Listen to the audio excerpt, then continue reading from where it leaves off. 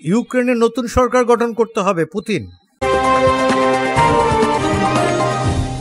যুদ্ধবিরতি চুক্তি নিয়ে রাশিয়া ও ইউক্রেন কেউ কাউকে ছাড় দিতে রাজি নয়। শান্তি চুক্তির জন্য একের পর এক শর্ত দিয়ে যাচ্ছে মস্কো। এখন রুশ প্রেসিডেন্ট ভ্লাদিমির পুতিনের নতুন দাবি, ইউক্রেনের বর্তমান সরকারকে সরিয়ে সাময়িক একটি প্রশাসনকে ক্ষমতায় বসাতে হবে।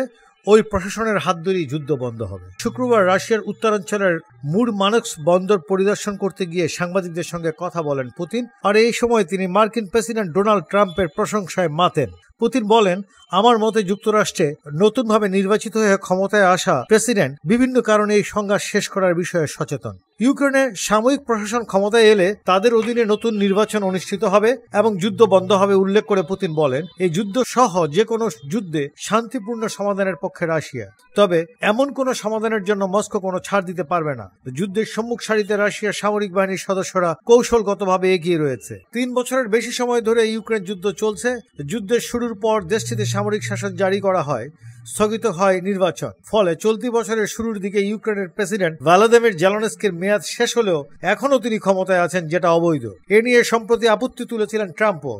তিনি সরাসরি জেলেনস্কিকে স্বৈরশাসক আখ্যা দিয়েছিলেন। আসলে ট্রাম্প ক্ষমতায় বসার পর থেকে বড় বিপত্তিতে পড়েছে কিয়েভ। যুক্তরাষ্ট্রের সাবেক প্রেসিডেন্ট যেভাবে তাদের একটা সমর্থন একাট্টাভাবে দিয়েছিলেন, তা থেকে সরে এসেছেন ট্রাম্প। শান্তি চুক্তির প্রচেষ্টায় পাশাপাশি কিয়েভের উপর এক প্রকার চড়াও হয়েছেন তিনি।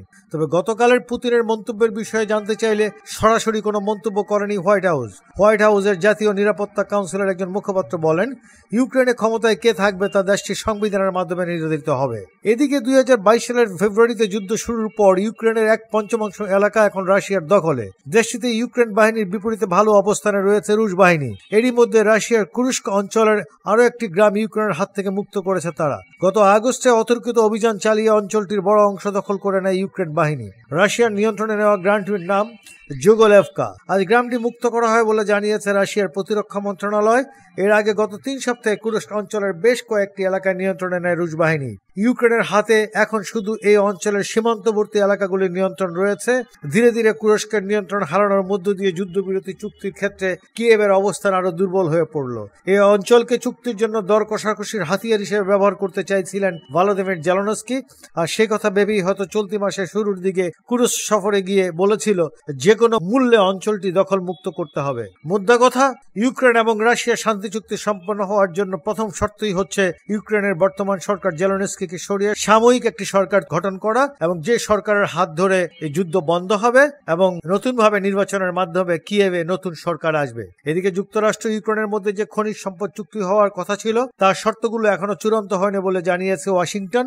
আজ ইউক্রেনের কর্মকর্তারা এই তথ্য জানিয়েছে। এর আগে চুক্তি নিয়ে ইউক্রেনের কাছে নতুন একটি প্রস্তাব দেয় যুক্তরাষ্ট্র সরকার। এই প্রস্তাবের নথিটি রয়টার্সের হাতে এসেছে। তাতে দেখা গেছে চুক্তি অনুযায়ী ইউক্রেনের খনিজ সম্পদ থেকে আয় যুক্তরাষ্ট্রকে দিতে হবে। এভাবে বিগত 3 বছর ধরে কিয়েভকে যে পরিমাণ অর্থ ওয়াশিংটন দিয়েছে তা অবশ্যই পরিশোধ করতে হবে, আর এর সঙ্গে যুক্ত হবে সুদও।